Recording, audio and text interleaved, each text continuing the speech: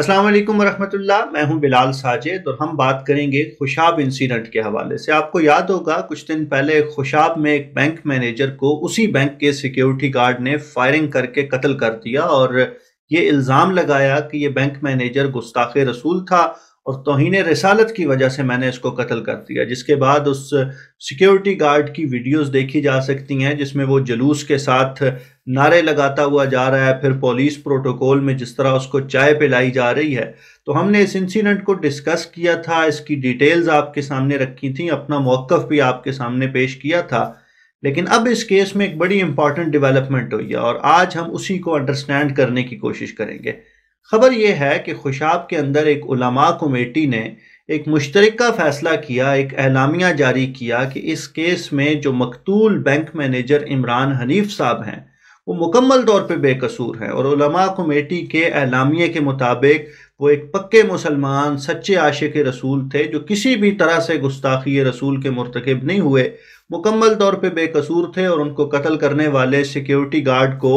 قانون کے مطابق سزا دی جائے۔ اب یہ بات سننے میں تو بڑی اچھی لگتی ہے، کانوں کو بڑی پھلی لگتی ہے کہ خوشاب سے کچھ علماء اکٹھے ہوئے اور ان علماء کا تعلق مختلف مسالک سے تھا، بریلوی، دیوبندی، اہل حدیث، مختلف لوگ اکٹھے ہوئے اور انہوں نے یہ فیصلہ کیا۔ لیکن آپ ذرا اس بات کو ڈی کوڈ کیجئے کہ ہمارے علماء کرام کہہ کیا رہے ہیں۔ علماء کرام یہ کہہ رہے ہیں کہ مقتول عمران حنیف اس لیے بے قصور تھا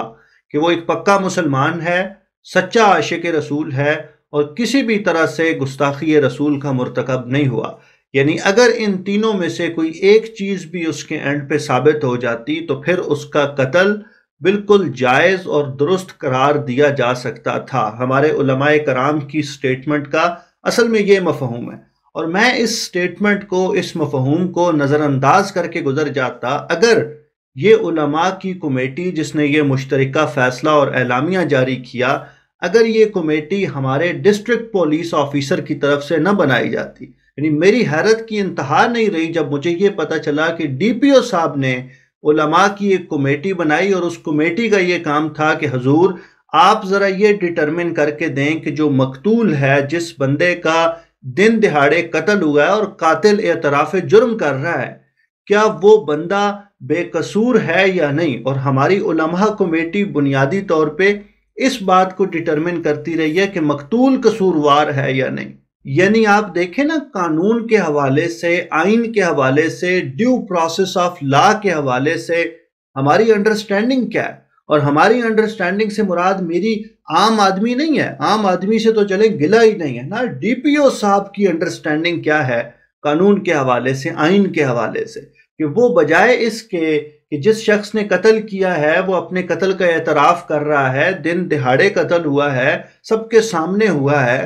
اس قاتل کو سزا دیں، اس قاتل کو پکڑیں، اس پہ مقدمہ چلائیں۔ وہ علماء کے ذمہ یہ کام لگا رہے ہیں کہ حضور آپ یہ انویسٹیگیٹ کر کے دیں کہ کیا یہ مقتول بینک مینیجر گستاخ رسول تھا یا نہیں۔ میں نے پہلے بھی عرض کیا تھا اور میں اس کو ریپیٹ کرتا ہوں کہ اصل بات یہ نہیں ہے کہ بینک مینیجر نے گستاخی کی یا نہیں کی، اور یہ بھی اصل بات نہیں ہے کہ وہ احمدی تھا، قادیانی تھا یا پکا سچا مسلمان تھا۔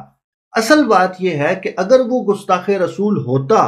اگر وہ مسلمان نہ ہوتا، اگر وہ سچا عاشق رسول نہ ہوتا، حتیٰ کہ اگر وہ قادیانی بھی ہوتا، تب بھی کسی شخص کو یہ اختیار نہیں ہے کہ وہ بندوق اٹھائے اور اس کو قتل کر دے۔ یہ وہ بات ہے جو ہمارے علماء کرام کو کرنی چاہیے، یہ وہ بات ہے جو علماء کرام کو عام لوگوں کو سمجھانی چاہیے۔ اور مجھے بڑا اچھا لگا تھا جب اسی مقتول بینک مینیجر کے نماز جنازہ میں جو مولوی صاحب جنازہ پڑھا رہے تھے انہوں نے یہ بات کہی تھی کہ ہم کسی احمدی کو بھی اس طرح قتل نہیں کر سکتے، ہم کسی گستاخ رسول کو بھی اس طرح قتل نہیں کر سکتے۔ لیکن ڈی پی او صاحب، یہ آپ نے یہ کمیٹی کس آئین، کس قانون، کس دائرے کے تحت بنائی؟ اور ذرا دوبارہ غور کیجئے کہ کون سی چیز ڈیٹرمن کرنے کے لیے آپ نے یہ کمیٹی بنائی۔ میں یہ سمجھتا ہوں کہ یہ جو ڈی پی او صاحب ہیں انہیں اپنے طرز عمل پہ غور کرنا چاہیے، آئین اور قانون کی انڈرسٹینڈنگ بہتر کرنی چاہیے، اور اگر یہ ممکن ہو ہائر اتھارٹیز کے لیے تو اس بات کو انویسٹیگیٹ کرنا چاہیے کہ آپ کا ایک اعلیٰ پولیس افسر کس طرح سے کیسز کو ٹیکل کر رہا ہے۔ آپ لوگ اس حوالے سے کیا سوچتے ہیں؟ ہمیں اپنی رائے سے ضرور نوازیں۔ بہت شکریہ۔